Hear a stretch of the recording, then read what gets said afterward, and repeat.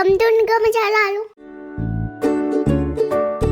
Hello guys, అందరూ ఎలా ఉన్నారు? ఈరోజు ఈ వీడియోలో 9th ఆగస్ట్న మేము ఎడిన్బరా వెళ్ళామండి.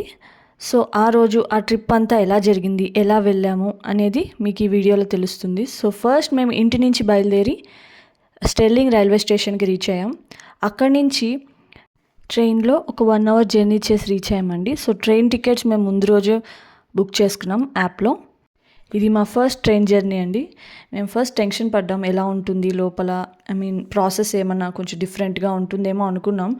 బట్ ఇది ఆల్మోస్ట్ మన ఇండియాలోనే నార్మల్గానే ఈజీగానే ఉండింది. ప్లాట్ఫామ్స్ ఏ ప్లాట్ఫామ్లో ఏ ట్రైన్ ఆగుతుందనేది తెలిసింది. అండ్ ఇంకోటి, మన మెట్రో స్టేషన్లో మనము QR కోడ్ స్కాన్ చేసి ఎలా అయితే మనం లోపలికి రావాలో ఆ సిస్టమ్ ఉందండి ఇక్కడ. మేము అరౌండ్ 10:30 ట్రైన్కి బుక్ చేసుకున్నాం. సో మేమేమనుకున్నామంటే సేమ్ అదే స్లాట్లో ట్రైన్ లో వెళ్ళాలనుకున్నాం. కానీ అక్కడ ఎవరైతే గార్డ్స్ ఉంటారో వాళ్ళు మమ్మల్ని గైడ్ చేశారు. సో ఇవి లోకల్ ట్రైన్సే కాబట్టి మీరు ఏ ట్రైన్ అయినా ఎడిన్బరా వెళ్ళే ట్రైన్లో మీరు ట్రావెల్ చేయొచ్చు అన్నారు. సో దానివల్ల మాకు కొంచెం మేము అనుకున్న టైం కన్నా 1 hour ముందే మేమైతే ఎడిన్బరాకి రీచ్ అయ్యాం. ఈ ట్రైన్ జర్నీ మాత్రం మాకు బాగా నచ్చిందండి. చాలా గోల్ఫ్ కోర్ట్స్ ఉన్నాయి, మంచి సీనరీస్ ఉన్నాయి, అండ్ టిపికల్ స్కాటిష్ హౌసెస్ కూడా కనిపించాయి. చాలా బాగుండింది. మాకు ఈ 1 hour జర్నీ కూడా చాలా త్వరగా అయిపోయినట్టు అనిపించింది. సో ఇక్కడ మేము ఎడిన్బరా రీచ్ అయ్యాం. మేము ఫస్ట్ ఇండియా నుంచి ల్యాండ్ అయింది ఎడిన్బరా ఎయిర్పోర్ట్లోనే. ఆ తర్వాత మళ్ళీ ఇప్పుడే వస్తున్నాం. ఇది క్యాపిటల్ సిటీ ఆఫ్ స్కాట్లాండ్. ఇక్కడ మేము ట్రైన్ దిగంగానే మాకు చాలా చల్లగా అనిపించిందండి. లక్కీగా నేను మా పాప ఇద్దరం జాకెట్స్ వేసుకున్నాం, కానీ మా హస్బెండ్ తీసుకురాలేదు. ఎందుకంటే మేమున్న సిటీలో, స్టెర్లింగ్ సిటీలో it was very warm, around 27, 28 అలా ఉంది.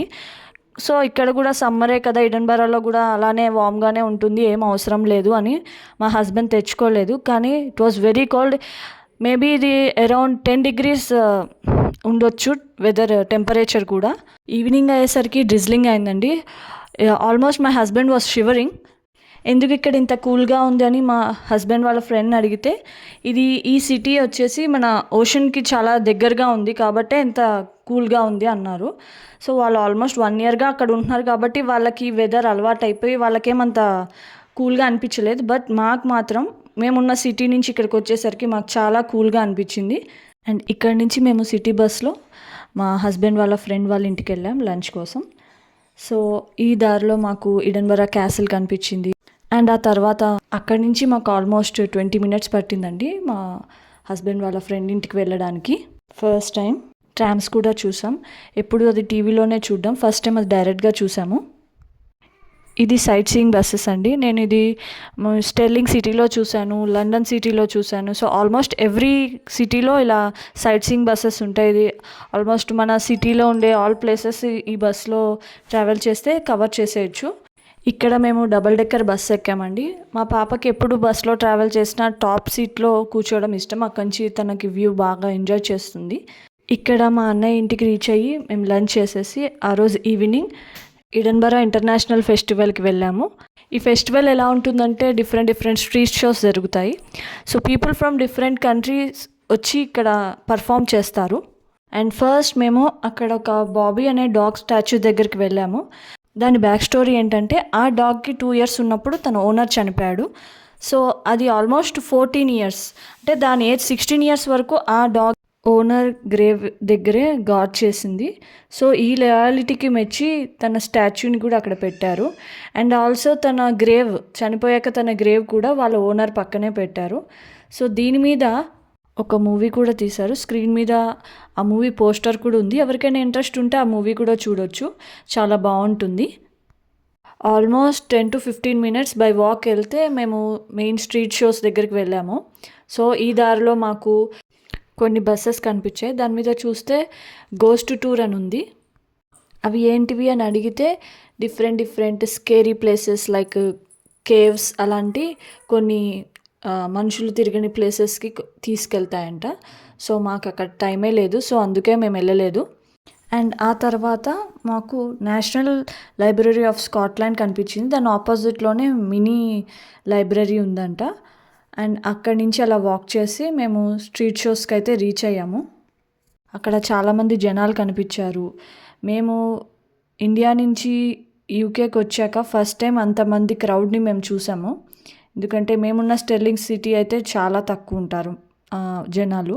అండ్ ఇక్కడ ఇంకో విషయం ఏంటంటే రకరకాల డాగ్స్ ఉన్నాయి, చాలా కొత్త కొత్త బ్రీడ్స్. నేనైతే ఇంతవరకు అలాంటి డాగ్స్ చూడలేదు డైరెక్ట్గా. సో ఇవి ట్రైన్లో, బస్సెస్లో ఎక్కడన్నా ఇవి కూడా ట్రావెల్ అవుతాయి మనలాగే. సో ఫస్ట్ మేము అక్కడ ఔల్ షో ఉంది. అక్కడ ఏంటంటే దాంట్లో 2 ఫీమేల్ ఔల్స్ ఉన్నాయి, ఒకటి పెద్దది ఒకటి చిన్నది, అండ్ ఇంకోటి ఈగల్ చూసామండి. సో నేను ఈ డేర్ చేయడానికి కారణం, నాకన్నా ముందు వేరే ఒక చిన్న పాప కూడా అది పట్టుకుంది. సో నేను కూడా ఎందుకు క్యారీ చేయకూడదని ఒక చిన్న ధైర్యం వచ్చింది. ఆ ధైర్యంతోనే నేను ఈ ఔల్ని క్యారీ చేశాను. ఇది ఆల్మోస్ట్ 2-3 కేజెస్ అయితే వెయిట్ ఉంది. కానీ నాకు మనసులో కొంచెం టెన్షన్గా ఉంది, ఏంటి ఏమన్నా పొడుస్తుందేమో అని, ఎందుకంటే అది టర్న్ అవుతున్నప్పుడల్లా. అండ్ ఇంకో విషయం ఏంటంటే దీన్ని చేత్తో టచ్ చేయకూడదంట, అందుకే అతను ఫెదర్ ఇచ్చాడు, ఆ ఫెదర్తోనే టచ్ చేయాలని. కింద మా పాప తను కూడా చాలా ఎగ్జైట్ అయింది, నేను కూడా టచ్ చేస్తానని. అండ్ ఇలా ఔల్ని క్యారీ చేయడానికి కూడా ఒక రేట్ ఉంటుందండి. పెద్ద ఔల్ని క్యారీ చేస్తే 8 pounds, దీనికన్నా చిన్న ఔల్ని క్యారీ చేస్తే 6 pounds, అండ్ ఈగల్ని క్యారీ చేయడానికి 20 pounds వాళ్ళు ఛార్జ్ చేశారు, ఫ్రీగా అయితే కాదు. సో నేను 8 pounds అయితే క్యారీ చేశాను. అక్కడి నుంచి మేము ఇంటర్నేషనల్ మిలిటరీ షోకి చూడ్డానికని వెళ్ళాము, కానీ అది పెయిడ్ షో అండి. సో అది ముందే బుక్ చేసుకోవాలంట. మేము వెళ్ళేసరికి అవన్నీ టికెట్స్ అయితే క్లోజ్ అయిపోయాయి, సో మేము దాన్ని చూడలేకపోయాము.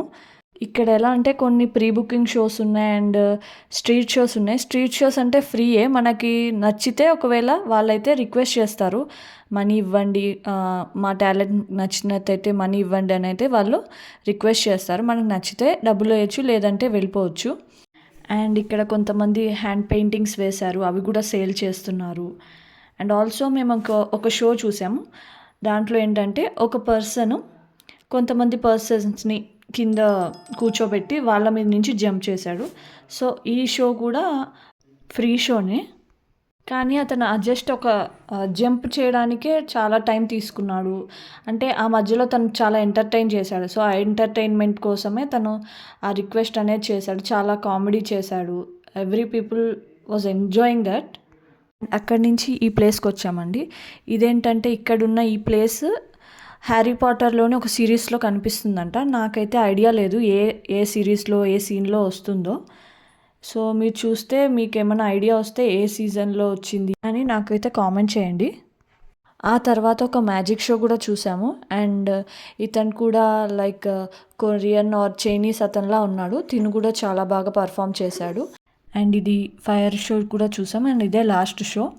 ఆ తర్వాత వెదర్ చాలా కూల్గా మారిపోయింది అండ్ కొంచెం డ్రిజ్లింగ్ కూడా అయింది. సో అందుకే మేము ఇంటికి రిటర్న్ అవుదాం అనుకున్నాం. అండ్ ఇక్కడ ఈ కనిపించే లొకేషన్లో Nithin heart attack movie shooting కూడా జరిగిందంట. ఈ ఫోటోలో చూసారు కదా, ఈ అన్న వాళ్ళ ఇంటికే మేము వెళ్ళామండి.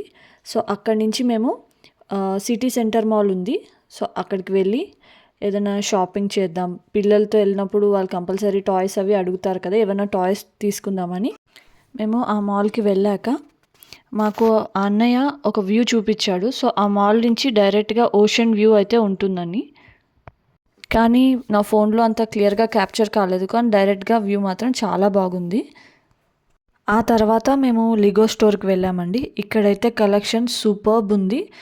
ఎవరైతే లిగో ఫేవరెట్స్ ఉంటారో వాళ్ళకైతే ఈ షాప్ పిచ్చగా నచ్చేస్తుంది. మా చిన్న మరిది ఉన్నాడు, తనకి లిగోస్ అంటే కూడా చాలా ఇష్టం.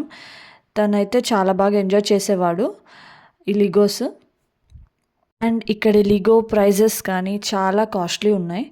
సో ఏదో ఒకటి తీసుకుందాం పాప కోసం అనుకున్నాము. అండ్ రీసెంట్గా F1 రేస్ కార్స్ కూడా ఈ లిగోస్తో తయారు చేశారంట, అదొక ఇంట్రెస్టింగ్ థింగ్ లిగో ఫేవరెట్స్కి. అలా డిఫరెంట్ కలెక్షన్స్ కూడా ఉన్నాయి, బాగా నచ్చింది నాకైతే ఈ స్టోరు. అండ్ నాకు తెలిసి ఇండియాలో కూడా ఈ స్టోర్ ఉండుండొచ్చు, నేనైతే ఎప్పుడు చూడలేదు. లాస్ట్లో పాప కోసం అన్నయ్య ఒక లిగో టాయ్ కిట్ అయితే గిఫ్ట్ ఇచ్చాడు. So she was very happy with that toy. తనకైతే చాలా హ్యాపీ అనిపించింది. సో మీరు ఈ ఫోటోలో చూసిన టాయ్ అన్నయ్య మా పాప గిఫ్ట్ ఇచ్చాడు. సో ఇదండి ఈరోజు వ్లాగ్. మీ అందరికీ నచ్చినట్టయితే please like, share and subscribe to our YouTube channel Nigama స్వరాలు.